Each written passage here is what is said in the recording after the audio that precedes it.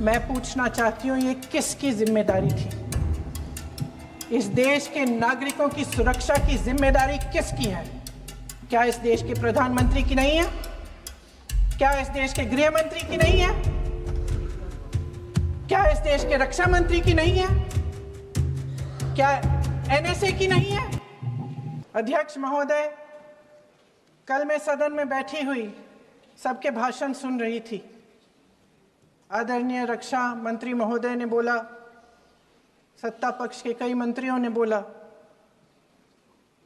1 घंटे का रक्षा मंत्री जी का लंबा भाषण था।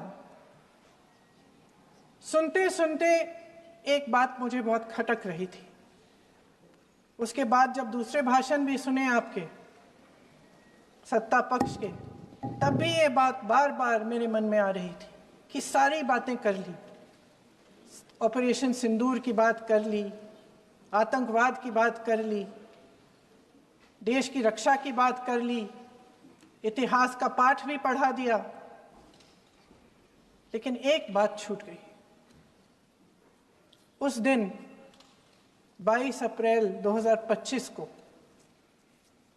जब 26 देशवासियों को अपने परिवार के सदस्यों के सामने खुलेआम मारा गया, तो ये हमला कैसे हुआ, क्यों हुआ?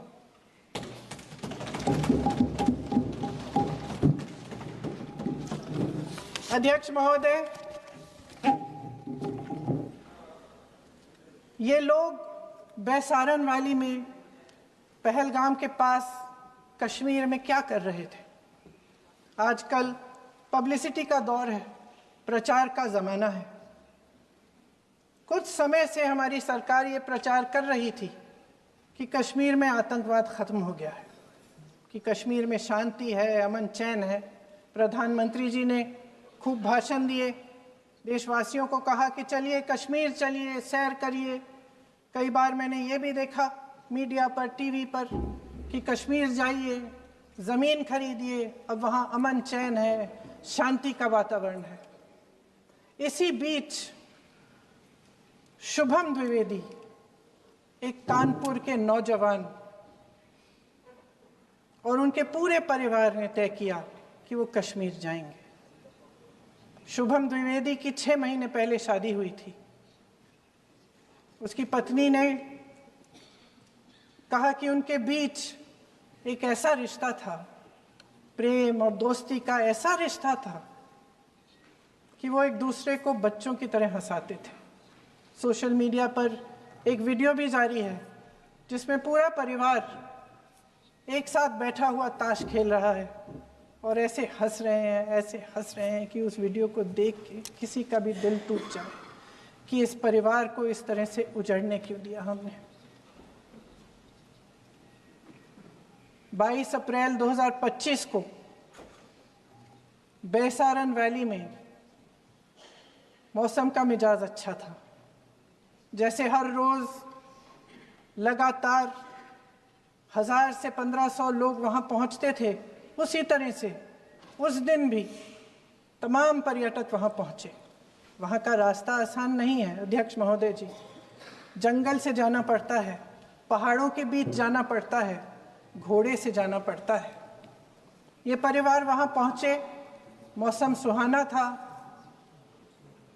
उनके बच्चे ट्रैम्पोलिन पे खेल रहे थे, कोई जिपलाइन कर रहा था, कोई चाय पी रहा था, तो कोई कश्मीर की सुंदर वादियों की ठंडी हवा का मज़ा ले रहा था। शुभम अपनी पत्नी के साथ एक स्टॉल पे खड़े थे। तभी अचानक 4 आतंकवादी जंगल में से निकलते हैं और शुभम को वहीं अपनी पत्नी के सामने मार डालते हैं। उसके बाद वे वहाँ से पूरे वैली में 1 घंटे के लिए लोगों को चुन चुन कर मारते हैं। किसी के पति को अपनी पत्नी के आंखों के सामने, किसी के पिता को अपने बेटे के सामने, चुन चुन कर 26 लोगों को मार डालते हैं। शुभम की पत्नी घबराकर वहां से भागने की कोशिश करती है। अपनी जान बचाने के लिए जंगल की तरफ दौड़ती है। वहाँ पता चलता है कि तमाम लोग जंगल की तरफ दौड़े हैं और अपनी जान बचाने की कोशिश कर रहे हैं। कोई अपने बेटे का हाथ पकड़ के पहाड़ों पर घसीटता हुआ जा रहा है, कोई कश्मीरी घोड़े वालों और गाइडों की मदद लेते हुए चले जा रहा है। कोई रास्ता नहीं है, कोई तरीका नहीं है, लेकिन किसी न किसी तरह से शुभम की पत्नी के शब्दों में किसी ऐसी शक्ति ने हमको बचा कर रखा कि हमें किसी न किसी तरह से हम अकेले नीचे पहुंचे। और मैं उनके लफ्ज पढ़ना चाहती हूं, क्योंकि उन्होंने कहा कि इस पूरे समय जब 1 घंटे के लिए चुन चुन कर भारतीय नागरिकों को मारा जा रहा था, इस पूरे समय उसे एक सुरक्षाकर्मी नहीं दिखा, एक सैनिक नहीं दिखा।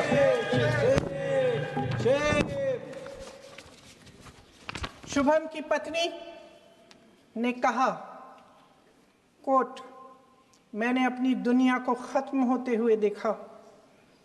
अपनी आंखों के सामने एक सिक्योरिटी गार्ड नहीं था।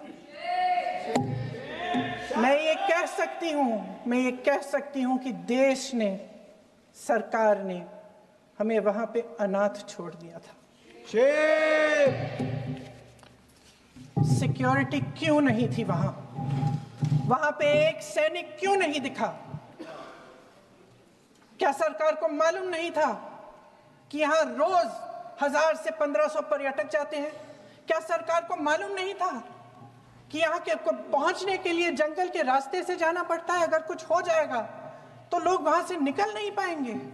एक चिकित्सा का इंतजाम नहीं था, फर्स्ट एड का इंतजाम नहीं था, कोई इंतजाम नहीं था, ना सुरक्षा का ना फर्स्ट एड का। इन लोगों को भगवान भरोसे छोड़ दिया गया।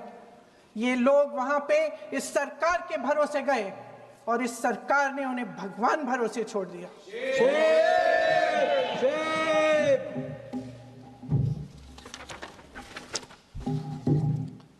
मैं पूछना चाहती हूं, ये किसकी जिम्मेदारी थी? इस देश के नागरिकों की सुरक्षा की जिम्मेदारी किसकी है? क्या इस देश के प्रधानमंत्री की नहीं है? क्या इस देश के गृह मंत्री की नहीं है? क्या इस देश के रक्षा मंत्री की नहीं है? क्या NSA की नहीं है?